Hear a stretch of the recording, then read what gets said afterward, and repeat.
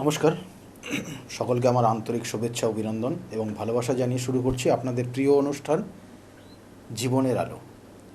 দেখুন, আমাদের প্রত্যেক বছরে দুটো সূর্যগ্রহণ, দুটো চন্দ্রগ্রহণ হয়।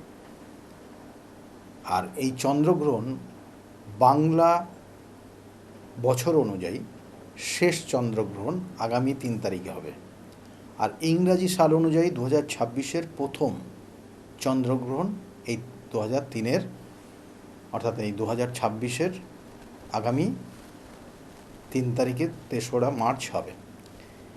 এইখানে যে জায়গাগুলো রয়েছে, অর্থাৎ কিছু কিছু গ্রহণ যেটা অনেক জায়গার থেকে দেখা যায় না, অর্থাৎ ভারতবর্ষে অনেক গ্রহণ দৃশ্য হয় না, অনেক গ্রহণ দৃশ্য হয়। এবং এই চন্দ্রগ্রহণও কিন্তু এর চন্দ্রগ্রহণটা পূর্ণ চন্দ্রগ্রাস হবে এবং সেটা ভারতবর্ষের সব জায়গায় দেখা যাবে না। অর্থাৎ এখানে সেই জন্য দেখবেন লেখা আছে যে গ্রহস্তদয় দৃশ্য, অর্থাৎ গ্রহ যখন অস্ত শেষের পর্যায়ে কয়েক মিনিটের জন্য, তাও উত্তর ভারত বা উত্তর পূর্ব ভারতের কিছু জায়গায় দেখা যেতে পারে। সুতরাং সমস্ত জায়গায় যেহেতু দেখা যাবে না, তার জন্য কিছু নিয়ম রয়েছে, কিছু ক্রিয়া রয়েছে যেগুলো সেটা না করলেও হবে, সেইভাবেই কিন্তু তার ব্যাখ্যা রয়েছে। এবং বলবো যে গ্রহণটা কখন শুরু হবে, কখন সমাপ্তি হবে। এই পূর্ণগ্রাস চন্দ্রগ্রহণ বলা হচ্ছে 18ই ফাল্গুন বাংলা মাস, এবং ইংরেজি যে ডেটটা আছে 3রা মার্চ মঙ্গলবার 2026 খ্রিস্টাব্দ। আর বঙ্গাব্দ হচ্ছে 1332 বঙ্গাব্দ এবং 18ই ফাল্গুন। এটা কিন্তু দেখা যাচ্ছে। এবং এই পঞ্জিকা অনুযায়ী এখানে যেটা গ্রহের যে নির্দিষ্ট স্পর্শ, অর্থাৎ কখন শুরু হবে স্পর্শটা, সেটা দিনের বেলা দুপুর 2:30। এবার এই দুপুর 2:30 মানে দিনের বেলা, এটা যদি রাত্রের দিকে হতো তাহলে আপনি সম্পূর্ণভাবে গ্রহণ, অর্থাৎ এই চন্দ্রগ্রহণ আপনি উপলব্ধি করতেন, দেখতে পারতেন। অর্থাৎ দিনের বেলা থাকার জন্য আপনি দেখতে পারবেন না। এবং এর সঙ্গে সঙ্গে বলছে গ্রহণ মধ্য সময় ঠিক দুপুরবেলা, অর্থাৎ এই বিকালের দিকটা শুরু হবে, সেটা 5টা 5 মিনিট থেকে। এবং এই গ্রহ মোক্ষ বা সমাপ্তিকে সময় বলা হচ্ছে 6টা 48 মিনিট। এবং অ্যাকচুয়ালি বলছে এই গ্রহের যে স্থিতি অবস্থা, অর্থাৎ ওই স্পর্শ করলো এবং সেই পর্যন্ত সমাপ্তি হলো, অর্থাৎ 3:20 থেকে 6টা 48 মিনিট, টোটাল হচ্ছে 3 ঘন্টা 28 মিনিট। এটা হচ্ছে গ্রহ স্থিতিকাল। এবার গ্রহটা যখন স্পর্শ করে তখন একটা রিং, দেখবেন যে অনেক সময় পুরো সম্পূর্ণভাবে ঢেকে যায়। যেহেতু ভারতবর্ষের এটা সম্পূর্ণ আপনি দেখতে পারবেন না, অস্ত যাওয়ার আগ মুহূর্তে কিছুটা মিনিট তাও আপনি সেই জিনিসটা অনুভব করতে পারবেন না, আপনি নিজের চোখে দেখতে পারবেন না। কী হবে না, এই যেটা বলা হয় গ্রহ মানে অর্থাৎ সূর্য চন্দ্রটা গ্রাস করবে চন্দ্রকে, সেই যে মুহূর্তটা, সেই নির্দিষ্ট মুহূর্তটা হচ্ছে 4:34, অর্থাৎ বিকাল বা দুপুরের দিকে 4:34। এবং সেটা এই অর্থাৎ গ্রাস করা সমাপ্তি করে দেবে 5টা 33 মিনিট। তাহলে এখানে যে স্থিতি অবস্থাটা হলো, অর্থাৎ চন্দ্রের ওপর দিয়ে যে ছায়াটা আপনারা দেখতে পারবেন, সেই নির্দিষ্ট ছায়াটা টাইমটা হচ্ছে ওইটা, ওই 4:34 থেকে 5টা 33 মিনিট পর্যন্ত, এবং সেই সময়কালটা হচ্ছে 59 মিনিট। এবার এখানে যে জায়গাটা রয়েছে, সূর্য ওই দিন উদিত হবে 6টা 28 মিনিট, আর সূর্য অস্ত যাবে ওই 6:30 কি 6টা 31 মিনিট পর্যন্ত। এই সময়কাল নির্দিষ্ট রয়েছে।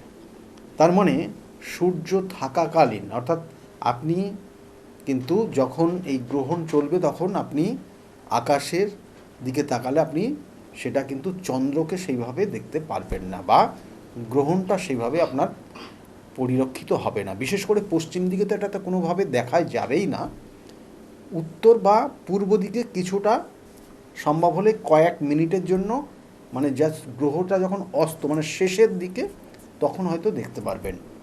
এবং এর কারণে, এবং এই গ্রহণটা কোথায়, মানে কোন কোন রাশির জন্য শুভ, কারণ এই গ্রহণটা যেখানে রবি অবস্থান করছে, অর্থাৎ এই গ্রহণটা যে রাশিতে কানেক্ট করছে, অর্থাৎ রবি অবস্থান করছে কুম্ভ রাশিতে, আর চন্দ্র কেতু কানেক্টেড হয়ে অবস্থান করছে সিংহ রাশিতে।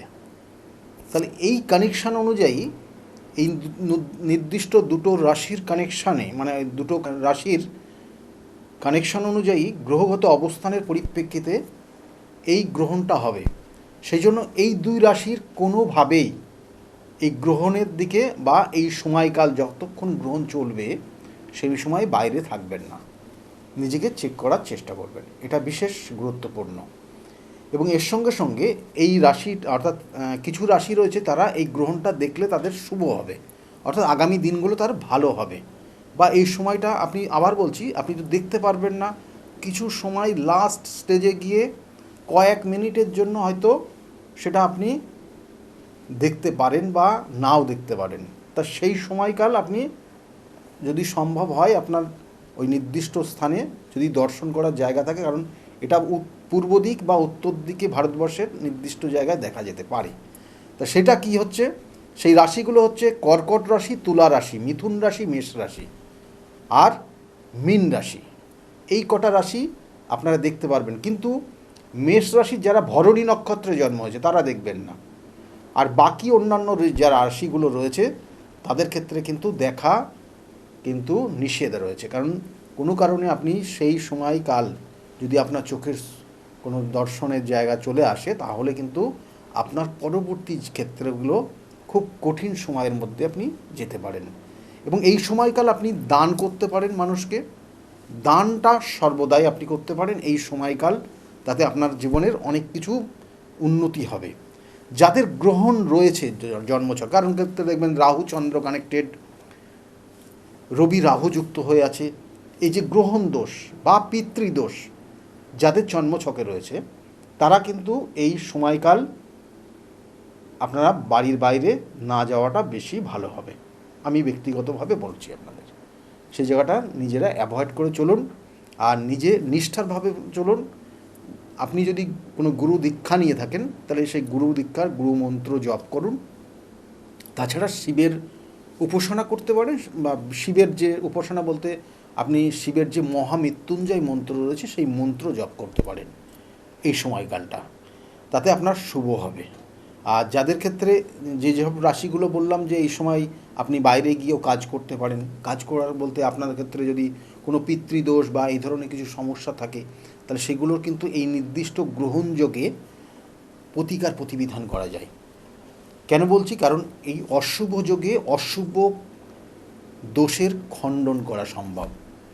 আমি বারবার বলি যে কিছু প্রতিকার প্রতিবিধান হয় যেগুলো নির্দিষ্ট গ্রহযোগ নির্দিষ্ট তিথি যোগে হয়। তাহলে এই সময়টা খুব গুরুত্বপূর্ণ। কেন, এই যে সময়কালটা আপনারা জানেন যে রাহুর যে কানেকশান, কেতুর যে কানেকশান, অ্যাকচুয়ালি কিন্তু এটা এক, অর্থাৎ এই রাহু এবং কেতু কিন্তু এরা দুজন কিন্তু এক দস্যু বা দানব ছিল, এবং এর বিভিন্ন ধরনের বিভিন্ন জায়গায় তার কিন্তু উল্লেখ রয়েছে। এবং সেটা, এবং এই রাহু কে বা এদের এই যে দানবকে দেখেছিল বা চিনেছিল একমাত্র দুজনই, সেটা হচ্ছে চন্দ্র এবং সূর্যদেব। যখন সেই দেবতারা এবং অসুররা যে সমুদ্র মন্থন করেছিল এবং সেখানে যে 14টা রত্ন উঠে এসেছিল তার মধ্যে কিন্তু অমৃত সুধা খুব গুরুত্বপূর্ণ, এবং সেটা দেবতারা নিজেদের প্রাপ্য হিসাবে সেটা কিন্তু নিয়েছিল।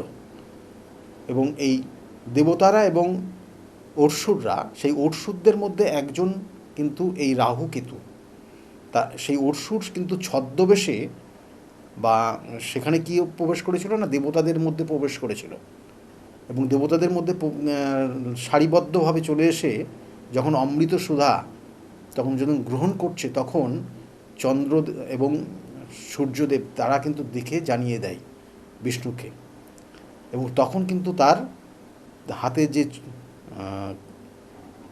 চক্র ছিল সেই চক্র দিয়ে সেই দস্যুর কিন্তু গলাচ্ছেদ করে, তাই সেই গলাচ্ছেদের একটা অংশ হয়ে গেল রাহু, আর একটা অংশ হয়ে গেল ধরটা হয়ে গেল কেতু।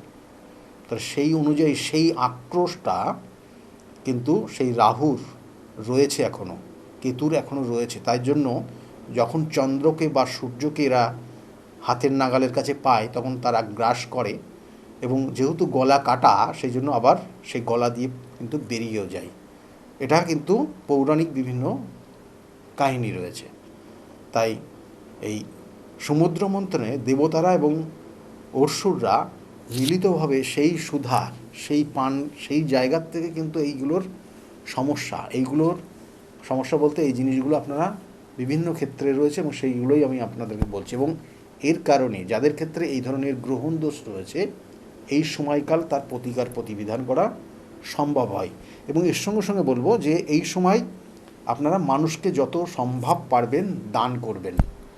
আর এর সঙ্গে সঙ্গে একটা নির্দিষ্ট উপছায়া তৈরি হবে এই নির্দিষ্ট দিনেই। কারণ বলা হচ্ছে যে এই উপছায়াটা অ্যাকচুয়ালি বলছে গ্রহণ যখন আরম্ভ হয় তার কিছু সময় ঠিক পূর্ব মুহূর্তে, অর্থাৎ গ্রহণ আরম্ভর কিছুক্ষণ আগের থেকে এবং গ্রহণ সমাপ্তি হবার কিছুক্ষণ পর মুহূর্ত কিন্তু সেখানে উপছায়া তৈরি হয়, এবং সেটা 2:13 থেকে এবং সেটা 7:55 পর্যন্ত এই উপছায়াটা থাকবে। এবং এই যে উপছায়ার সময়টা সেটাও কিন্তু খুব গুরুত্বপূর্ণ।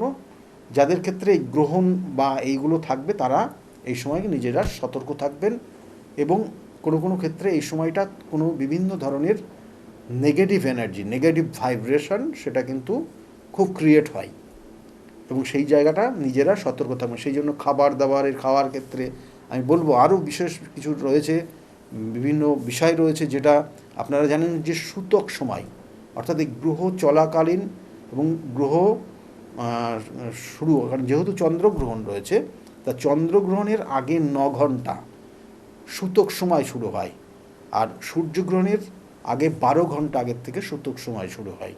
এই সূতক সময় বা সূতক কাল কতটা গুরুত্বপূর্ণ মানে সেক্ষেত্রেও কিন্তু আমি এটা নিয়ে বলবো। তার সঙ্গে সঙ্গে একটা জিনিস জেনে রাখুন যে আপনার মেন যে গ্রহগত অবস্থা রাশি সেগুলো কিন্তু বিশেষ কানেক্টেড। কারণ হিন্দু ধর্মশাস্ত্র অনুযায়ী চন্দ্রগ্রহণ এবং সূর্যগ্রহণের আগে নির্দিষ্ট যে সময়কাল যেটা বললাম 12 ঘন্টা একটা 9 ঘন্টা সূতক কাল শুরু হয়, যে সময়কালটাকে বলা হয় অশুভ সময়কাল। এবং এই অশুভ সময়কাল বলে এই জন্য এই সময়টা কোনো মাঙ্গলিক অনুষ্ঠান, কোনো ধর্মীয় কাজ এগুলো নিষেধ থাকে। কারণ এটা শুধুমাত্র যেখানে সম্পূর্ণভাবে দৃশ্য হয় এই গ্রহণ, সেটা সূর্যগ্রহণ হোক চন্দ্রগ্রহণ হোক, সেখানেই শুধু এই নিষেধাজ্ঞাটা ধর্মীয় অনুযায়ী, শাস্ত্র অনুযায়ী দেওয়া হয়। এবং এই সময় মন্দির কী করা হয় না বলছে, এই সময় মন্দির বন্ধ থাকে, রান্নার কোনো জিনিস আহার করা হয় না এবং রান্নাও করা হয় না, পুজো পাঠও নিষিদ্ধ থাকে। এবং আর কি করা হয় এখানে বলা হচ্ছে যে কোনো গর্ভবতী নারীদের এই সময় খুব সতর্ক থাকা উচিত। গর্ভবতী নারীদের এই সময়ে বিশেষ সাবধানতা অবলম্বন করতে বলছে।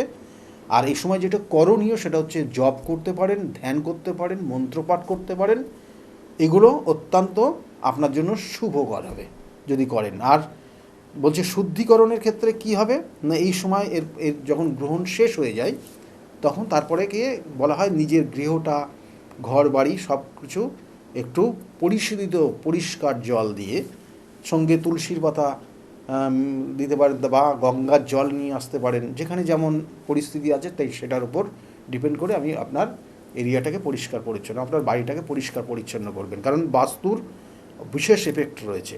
কারণ আমাদের যে এই যে সায়েন্টিফিক যে ওয়েটা রয়েছে, যখন গ্রহণ হয় তখন বেশ কিছু রশ্মি সেটা কিন্তু মানে আমাদের দেখবেন যে যেখানে আমরা বলি না যে সূর্যের আলো যেখানে প্রবেশ করতে না পারে বা সেখানে কি হয়, সেখানে ধীরে ধীরে কিছু নেগেটিভ এনার্জি তৈরি হয়ে যায়। আপনি আপনার বাড়িতেও দেখবেন যদি পূর্ব দিক থেকে সূর্য আপনার বাড়ির মধ্যে প্রবেশ না করে তাহলে ওই জায়গাটা দেখবেন একটা সময় ড্যামেজ হয়ে যাবে। তাহলে এটা কিন্তু এটাও সেই বাস্তব কানেকশন যা সায়েন্টিফিক ওয়েতে যে জায়গাগুলো দেয় আপনার ক্ষেত্রেও, যে এই সময় যখন গ্রহণ চলে সেটা সূর্যগ্রহণ হতে পারে বা চন্দ্রগ্রহণ, তাহলে তার যে নেগেটিভ ভাইব্রেশনটা আপনার কিন্তু বাস্তুর ওপর এফেক্ট আসে। সে হয়তো সূক্ষ্ম সূক্ষ্ম কণা, সূক্ষ্ম সূক্ষ্ম রে, সেই সূর্যের কিছু রে, হ্যাঁ, সেই রেটাই আপনার বাস্তুতে যদি নেগেটিভ ভাইব্রেশন দেয় তাহলে আপনার ক্ষেত্রে ক্ষতি হয়।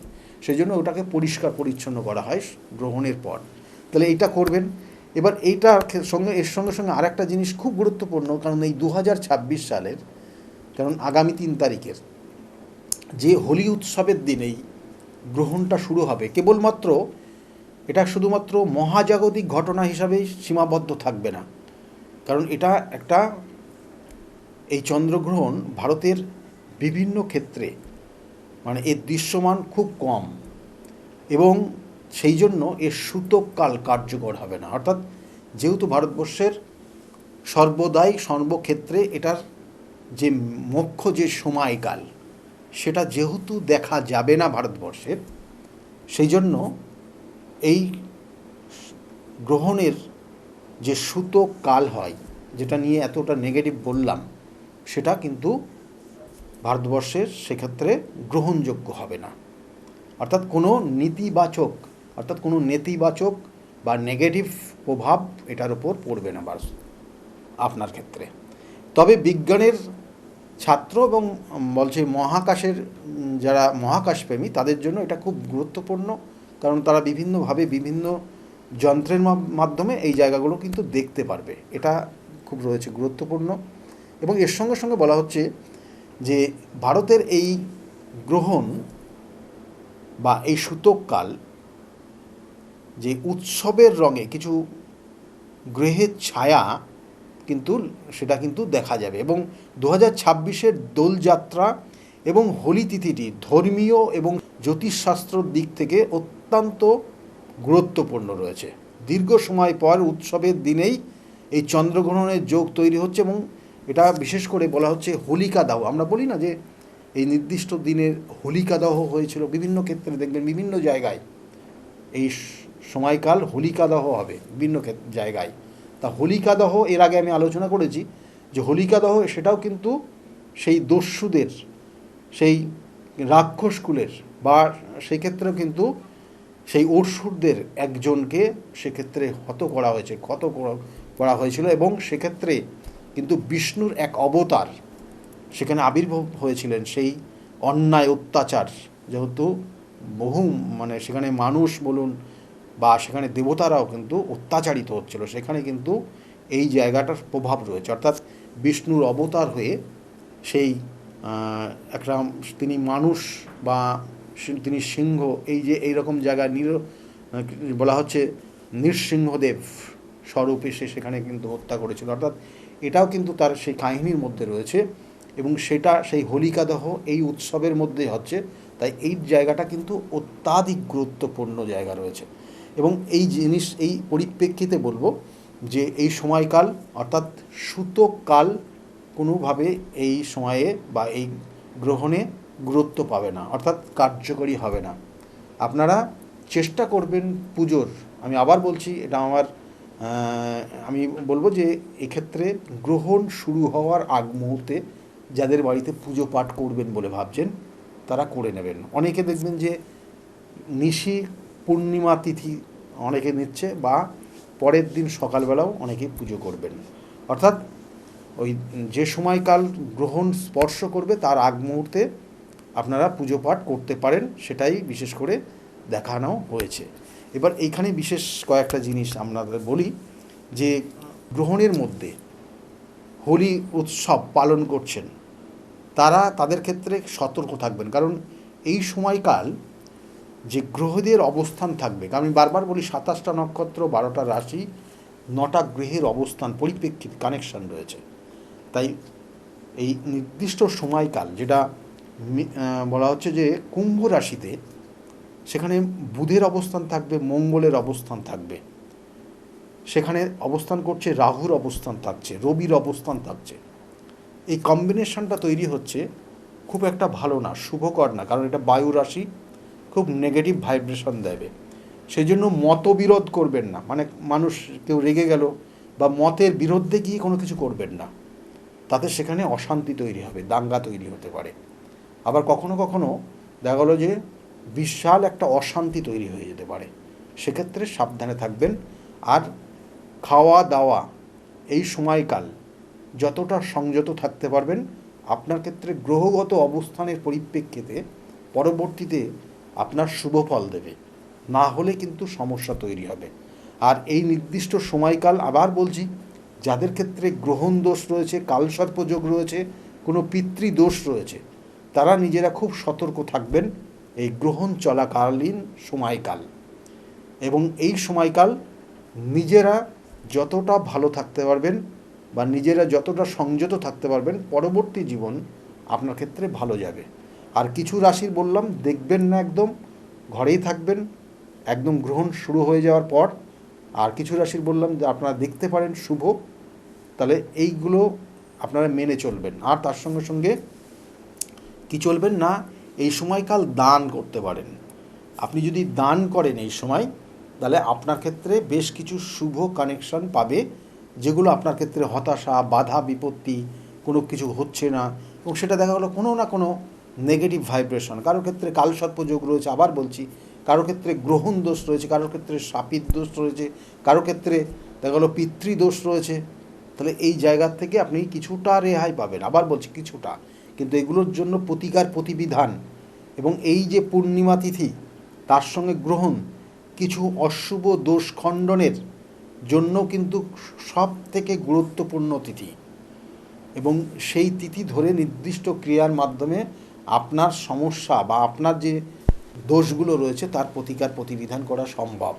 সেই জন্য যারা মনে করছেন এগুলো করবেন ইমিডিয়েটলি, তার জন্য উপযুক্ত ব্যবস্থা নেবেন। আর তার সঙ্গে সঙ্গে বলবো যে পরবর্তীতে যে সময়গুলো থাকবে আপনাদের, কারণ খাওয়া দাওয়া যেমন বললাম খুব সতর্কভাবে খাওয়া দাওয়া করবেন। আর আগুন থেকে সাবধানে থাকবেন এই সময়কাল, অর্থাৎ এই 2 তারিখ 3 তারিখ। যারা হয়তো 3 তারিখে আপনারা যাদের গ্রহণের সময় বাইরে বেরোবেন না বলে দিলাম, তারা পরের দিন আপনারা হোলি উৎসবটা পালন করতে পারেন। পরের দিনও উৎসব রয়েছে, তাহলে সেই উৎসবে আপনারা সামিল হতে পারেন, নিজেরা সেইভাবে এনজয় করতে পারেন, ভালো সময় রয়েছে। কিন্তু যত আবার বলছি 3 তারিখ 4 তারিখ এবং একদম কিন্তু 6 তারিখ পর্যন্ত, অর্থাৎ এখানে বিশেষ করে 5 তারিখ পর্যন্ত এই সময়কালটা খুবই সাবধান, আগুন থেকে সাবধান, এবং কোনো রকমের উটকো ঝামেলার মধ্যে জড়াবেন না। দেখছেন যে আপনার কোনো দেখালো অন্য একটা ঝামেলা তৈরি হচ্ছে বা সেখানে কোনো একটা ঝামেলা হচ্ছে, আপনি নিজে গিয়ে সেখানে মাথা গলাবেন না, তাতে আপনার সমস্যা তৈরি হয়ে যেতে পারে। তাহলে এই জিনিসগুলোকে চেক করবেন। আর ঠান্ডা জাতীয় খাবার, কোনো গরম খাবার খাবেন না। গরম খাবার বলতে রান্না করা খাবার, সেটা গরম না, কিছু কিছু খাবার রয়েছে যেটা গরম এফেক্ট করে, অর্থাৎ আপনার লিভারকে এফেক্ট করে, কিডনিকে এফেক্ট করে। এই ধরনের খাবার যতটা কম খাবেন আপনি তত ভালো থাকবেন। কোনো নেশা জাতীয় কোনো জিনিস ব্যবহার করবেন না এই সময়কাল, তাতে আপনি আপনার পরবর্তী জীবন সমস্যা হবে এবং কিছু শারীরিক সমস্যাও তৈরি হবে। এই জায়গাগুলো কিন্তু অবশ্যই এই গ্রহণের দিন 3 তারিখটা মেনে চলবেন। 4 তারিখটা আপনি ভালোভাবে এনজয় করতে পারেন, কিন্তু আবার বলছি কোনো নেশা জাতীয় দ্রব্য পরিহার করার চেষ্টা করবেন, তাতে আপনার মাথা গরম হয়ে যাবে। মাথাটা গরম করবেন না, তাতে আপনার ক্ষেত্রে আগামী দিনে কিন্তু খুব ভয়ানক পরিস্থিতি আসছে। আমি বারবার বলি যে তিথি, নক্ষত্র এবং তার সঙ্গে সঙ্গে কিছু গ্রহগত কানেকশান আপনার ক্ষেত্রে কোন সময়টা সঠিক সময় আপনার জন্মছক কানেক্ট করবে। সেই জন্য সেই অনুযায়ী আপনি যদি আপনার প্রতিকার, যে সমস্যা রয়েছেন আপনি সেই সমস্যার প্রতিকার, প্রতিবিধান আর গাইডলাইন আপনি নিতে পারেন, তাহলে আপনার জীবন আগামী দিনে ভালো জায়গায় যাবে। আপনার যে সমস্যা হয়ে রয়েছে, বারংবার আপনি ফেল করছেন, পৌঁছাতে পারছেন না, সাকসেস পাচ্ছেন না, সেটা কর্ম হতে পারে, বিবাহিত জীবন হতে পারে, সন্তানের ক্ষেত্র হতে পারে, আবার কোনো কোনো ক্ষেত্রে আপনার ব্যবসা প্রতিষ্ঠানের জায়গা হতে পারে, সেইগুলো হচ্ছে না। তার জন্য রয়েছে কিন্তু এই নির্দিষ্ট তিথিটা, অশুভ দোষ প্রতিহত করার একটা নির্দিষ্ট সময়কাল, সেই জায়গাটাকে কাজে লাগান। সকলে ভালো থাকবেন। আর বারবার বলি যে প্রতিকার সঠিকভাবে নিলে আর তার সঙ্গে সঙ্গে সঠিক গাইডলাইন আপনি যদি মেনে চলেন, তাহলে অবশ্যই আপনার জীবনের কিন্তু নির্দিষ্ট লক্ষ্য আপনি পৌঁছাতে পারবেন। সেজন্য বহু মানুষ তারা প্রতিকার প্রতিবিধান নিয়ে আজকের জায়গায় খুব ভালো রয়েছে। তাদের মুখ থেকে শুনুন তারা কতটা এই মুহূর্তে ভালো রয়েছে। শুনতে থাকুন আর সকলে খুব ভালো থাকবেন। আগামী দিনগুলো প্রত্যেকের খুব শুভ হোক, এই শুভকামনা রইল। নমস্কার। ডক্টর গৌতম শাস্ত্রী আর 5 জন অ্যাস্ট্রোলজারের থেকে কেন তিনি আলাদা? স্বাভাবিকভাবে আপনাদের মনে এই প্রশ্ন আসতেই পারে। দূর দূরান্ত থেকে নানান সমস্যায় জর্জরিত মানুষ ছুটে আসেন তার কাছে। গ্রহদোষ হোক কিংবা কাল সর্পদোষ, অথবা ধরুন মাঙ্গলিক দোষ কিংবা অন্য যে কোনো সমস্যা, তারা জানেন সব সমস্যা স্থায়ী সমাধানে এক এবং অদ্বিতীয় ডক্টর গৌতম শাস্ত্রী। চলুন আজ আপনাদের সাথে পরিচয় করিয়ে দিই এমন কিছু মানুষের এবং শুনে নিই তাদের কথা। ছেলে ফোন করলো আপনাকে? হ্যাঁ, ছেলে হঠাৎ করে হঠাৎ করে ফোন? হঠাৎ করে একদিন ফোন করে বলছে, বাবা তুমি কোথায় আছো? আমি একটু অসুবিধার মধ্যে পড়ে আছি, তো আমি তোমার সঙ্গে ইমিডিয়েট কথা বলতে চাই। আমি তখন ওখান থেকে দিল্লিতে ছিলাম, দিল্লি থেকে আমার ফ্লাইট করলাম, ফটাফট এমার্জেন্সিতে আমি চলে এলাম। আর ছেলে ফোন করেছে, এটা আমার কাছে একটা বিশাল বড় একটা যে ছেলে চলে গিয়েছিল বাবাকে একটু বলতে গেলে আপনার ছেলের সাথে প্রায় সম্পর্ক শেষ, তলানিতে এসে ঠেকেছিল। সেই ছেলে কিন্তু মিরাকেল ভাবে আপনাকে ফোন করলো এবং বললো যে আমি আসতে চাই বাবা। এবং ডক্টর গৌতম শাস্ত্রীর কাছে এই বিষয়টা নিয়ে উত্থাপন করার ঠিক 41 কি 42 ডেজ এর পরেই উনি চলে এলেন, তাই তো? উনি চলে আসার পর, বাবা আমি তোমার কাছে থাকতে চাই, আর তুমি কি পড়াশোনা করবে? তো বললো, বাবা তুমি কি বলতে চাও? আর তুমি সিএ পড়ো, আমার যখন বিজনেস আছে, তোমারই ওয়ারিশ সূত্রে তুমি। তারপরে আমি আলোচনা করে 70% শেয়ার ওনাকে দিয়ে ছেলেকে দিয়ে দিলাম। আমি এখন প্রায় 1 বছরের ওপর হয়ে গেছে, এখন ছেলেটা এখানে সিএ পড়ছে, সেটেল হয়ে গেছে পুরো। সব থেকে বড় ব্যাপার, কম্পিটিশন মার্কেট ওয়েস্ট বেঙ্গলের মধ্যে, ইন্ডিয়াতে আমাদের প্যান ইন্ডিয়াতে কাজ চলছে। আমি অনেক কন্ট্যাক্ট আমার কাছে আছে, বাট রেলের টেন্ডারের জন্য আমার খুব ঝামেলা চলছিল প্রচন্ড ভাবে। হঠাৎ করে রেলের ডিআরএম, এই যে আসানসোল আর এই যে আমাদের আন্ডার ডিভিশনের যে ডিআরএম একদিন আমাকে ফোন করছে, বাবু আপনি তো L1 হয়ে গেছেন, আপনি জানেন না? আমি দেখিনি, আমি হোপলেস হয়ে গেছিলাম। না রেলের টেন্ডার কি হবে, আমি একটা সাধারণ মানুষ, অত বড় টেন্ডার আমি কি করে পাবো? ফট করে দেখি অনায়াসে বলছে আপনি তো L1 হয়েছেন। বলছে 28টা কোম্পানির মধ্যে আপনি L1 হয়েছেন। আচ্ছা, এই একটা গেল। তারপরে টোটালি ডকুমেন্টস আছে, এ নয়, এটা টোটালি আমাদের 37,000 ইন্ডাস্ট্রি আছে ওয়েস্ট বেঙ্গলের মধ্যে। তার মধ্যে 500 ইন্ডাস্ট্রিকে সেন্ট্রাল চুজ করেছে, যেটা বেশি এমপ্লয় করে। 500 কোম্পানির মধ্যে আমাদের কোম্পানি একটি কোম্পানি, এটা আমার কাছে সব থেকে বড় পাওনা। প্রসঙ্গে কি আমি বলতে পারি যে বন্ধ ভাগ্যের দরজা খুলে দিতে পারেন ডক্টর গৌতম শাস্ত্রী? আমি এটা 80% আমি আমার মনের 80% বলতে পারি। আমি 20% থেকে রাখতে পারি না, কারণ ভাগ্য একটা কাজ করে। 80% আমি বলে দিতে পারি। খুব ভালো লাগলো জগত মিত্রের সঙ্গে কথা বললাম। শুনলেন তো, এনাদের প্রত্যেকের আশা, ভরসা এবং বিশ্বাসের একটাই নাম, ডক্টর গৌতম শাস্ত্রী, যার সম্পর্কে আমরা এত কিছু শুনলাম। চলুন এবার দেখে নিই তিনি কি বলছেন।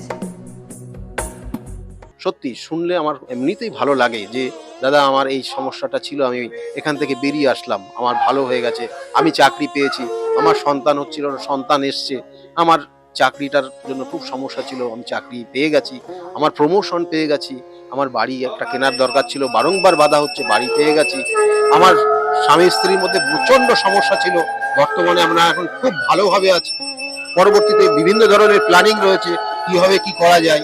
এই ধরনের ক্লায়েন্টই কিন্তু আমার কাছে বেশি দেখবেন, অর্থাৎ সবই রেফারেন্স ক্লায়েন্ট, অর্থাৎ তারা প্রতিকার নিয়েছে। আমি বারবার বলি যে প্রতিকার আগেই আপনার দেওয়া সম্ভব দরকার নেই, আপনি কিছুদিন ওয়েট করুন।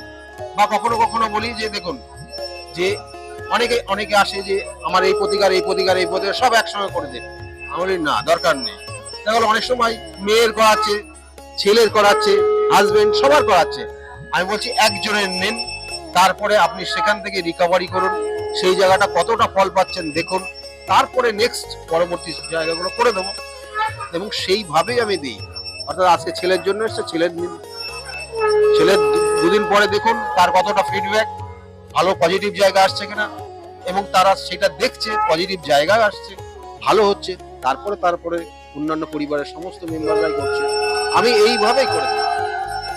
অন্যরকম মনে করবেন, কারণ আপনি প্রশংসা শুনতে পছন্দ করেন না। এটা দেখুন, এগুলো মানে প্রত্যেকটা ক্যালকুলেশনের বিষয়। জ্যোতিষশাস্ত্র সবসময় ক্যালকুলেশনের উপর ডিপেন্ড করে, এবং সেটা সঠিক ক্যালকুলেশন যে পারে সেই করতে পারে, এবং সেটা সবটাই গুরুমুখী বিদ্যা। গুরুমুখী বিদ্যার বাইরে আপনি কোনোভাবে কিছু করতে পারবেন না।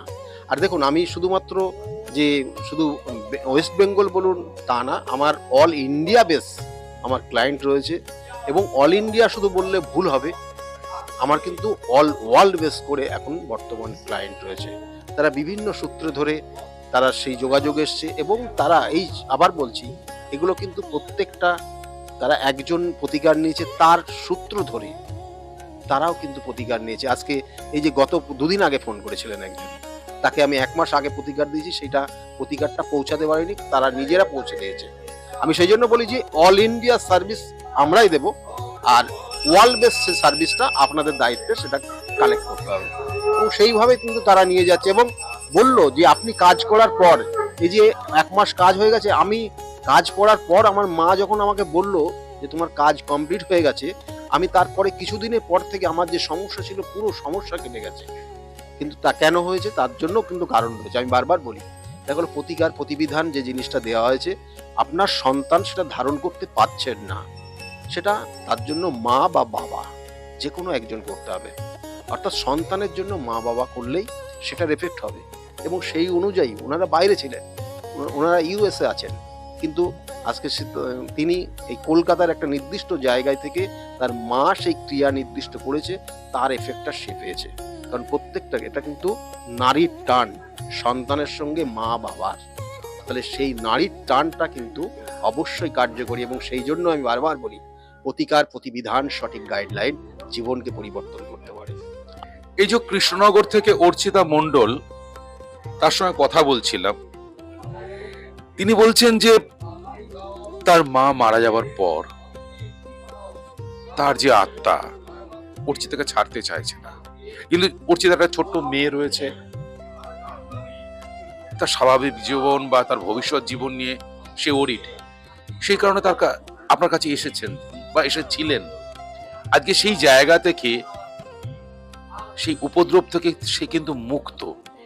এই যে ভৌতিক উপদ্রব বা একটা আত্মার উপস্থিতিকে খণ্ডন করা, এটা তো একটা অসাধ্য সাধন। আপনি আবারও স্বীকার করবেন না আমি জানি, তবু এটা এই প্রসঙ্গে আপনি যদি কিছু বলেন। আমি বারংবার বলে থাকি যে আত্মা সে শুধুমাত্র দেহ পরিবর্তন করে, জাস্ট দেহ পরিবর্তন করে অন্য দেহে সে রূপান্তরিত হয়।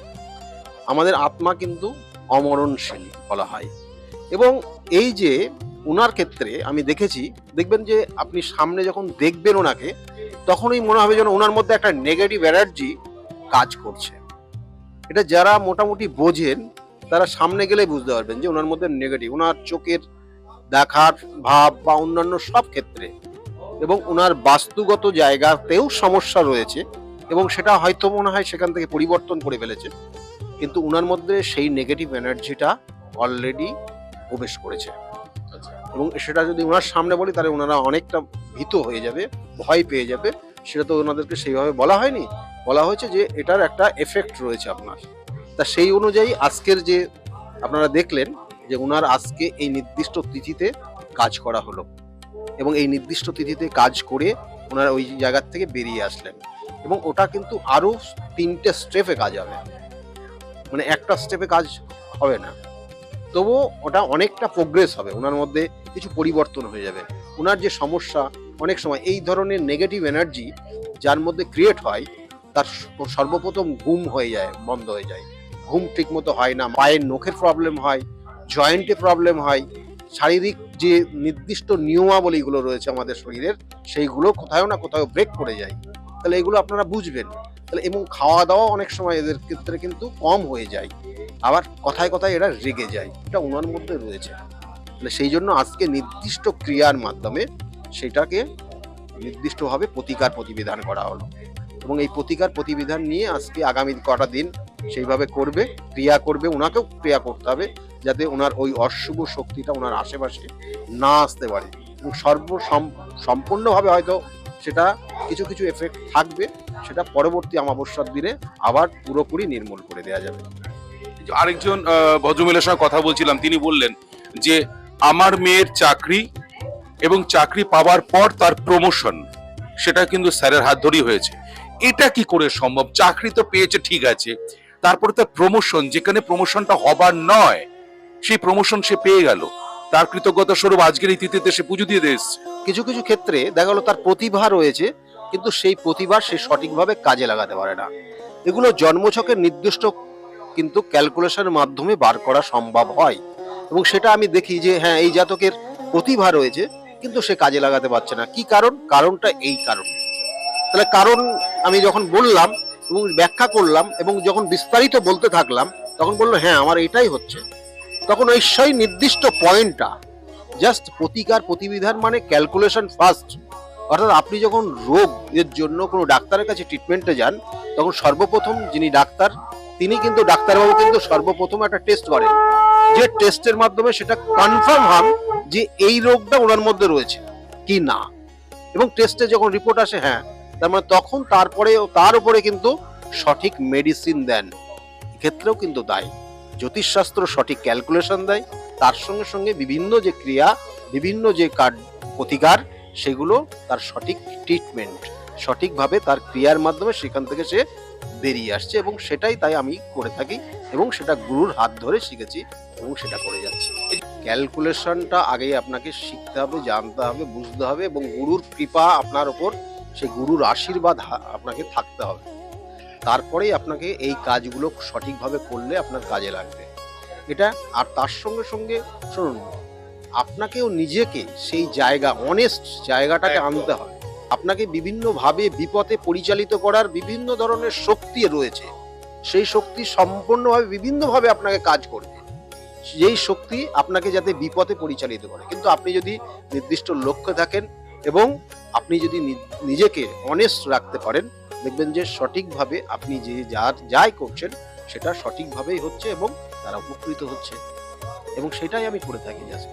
এবং আরেকটি পরিবারের সঙ্গে কথা বললাম, তারা কিন্তু বলছে তার মেয়ে পড়াশোনা একদমই ভালো ছিল না, মাথায় ঢুকতো না, এবং পরীক্ষায় সে অকৃতকার্য হয়েছে। সেখান থেকে কিন্তু স্যারের কাছে আসার পর আজকে সে মেয়ে জয়েন্টে চান্স পেয়েছে এবং সে কিন্তু খুব ভালো দিকে যাচ্ছে। সত্যি এটা কিন্তু সবার সঙ্গে সঙ্গে মিডিয়ার যেমন প্রাপ্তি, সাধারণ মানুষ আম জনতারও প্রাপ্তি। কিছু কিছু সমস্যা থাকে যেগুলো সাময়িক হয়, আমি তার জন্য প্রতিকার প্রতিবিধান দিই না। অনেক ক্ষেত্রে আমি দেখবেন যে প্রতিকার প্রতিবিধান দিই না বলে তারা হয়তো একটু রেগে যায় যে আসলাম, আমার একটা প্রতিকার দরকার ছিল, দিল না। আমি দেখছি তার প্রতিকার দরকার নেই। একদমই ঠিক। আমার সঙ্গে কিন্তু আরেকজনের কথা হয়েছে, তিনিও বলেছেন কাউন্সিলিং এর মাধ্যমে কিন্তু তার সমস্যার সমাধান হয়েছে। প্রতিকার দরকার নেই আপনার। আমি কয়েকটা উপদেশ দিয়েছি, আপনি ওটা মেনে চলুন, তাতেই আপনার এখান থেকে বেরিয়ে আসতে পারবেন। আমি সেইভাবেই কিন্তু গাইড করি মানুষের। আর বিভিন্ন ক্ষেত্রে বিভিন্ন ধরনের সমস্যা, গ্রহগত সমস্যা, কিছু কিছু ক্ষেত্রে শত্রুর দ্বারা ক্ষতিগ্রস্ত হয়ে যাওয়া, দেখবেন অনেক সময় দেখা গেল তার মধ্যে প্রতিভা রয়েছে কিন্তু জ্ঞাতি শত্রু, কিছু কিছু শত্রু সেই জাতক জাতিকাকে এমন জায়গা করে দিয়েছে সে যাতে আর উঠে না বসতে পারে। তাহলে এগুলো শত্রুতার কারণে কখনো হয়, কখনো কখনো জেলাসি, যেটা হিংসার কারণে হয়। তাহলে সেইগুলো কিন্তু ক্যালকুলেশন, সেটাও জানা যায় যে এর ক্ষেত্রে ওইটার জন্য হচ্ছে কিনা, এবং সেই ক্ষেত্রে সেই ভাবেই তাকে মানে গাইড করা হয় এবং সেই গাইড মেনে চললে পরে তার জায়গা থেকে বেরিয়ে আসতে পারে সে। কত সহজে সাবলীল ভাবে কিন্তু তিনি বলছেন, কিন্তু তার কাজটা অতটা সহজ বা সাবলীল নয়। কঠিন যেমন সমস্যা আপনাদের আছে, এই ক্রিয়াও কিন্তু কঠিন থেকে কঠিনতর, কিন্তু উনি তার সমাধান করেন। তার জন্যই আপনাদের সকলের প্রিয় ভালোবাসার মানুষ স্যার ডক্টর গৌতম শাস্ত্রী। তাহলে আর দেরি কেন? চটপট ফোন করুন 9836410969 অথবা 8335805241 এই নাম্বারে। শুধুমাত্র একটি ফোন, যা পাল্টে দিতে পারে আপনার গোটা জীবন। জ্যোতিষবিদ, বাস্তুবিদ, হস্তরেখা বিশারদ ও spiritual guide doctor Gautam Shastri, এক এবং অদ্বিতীয়।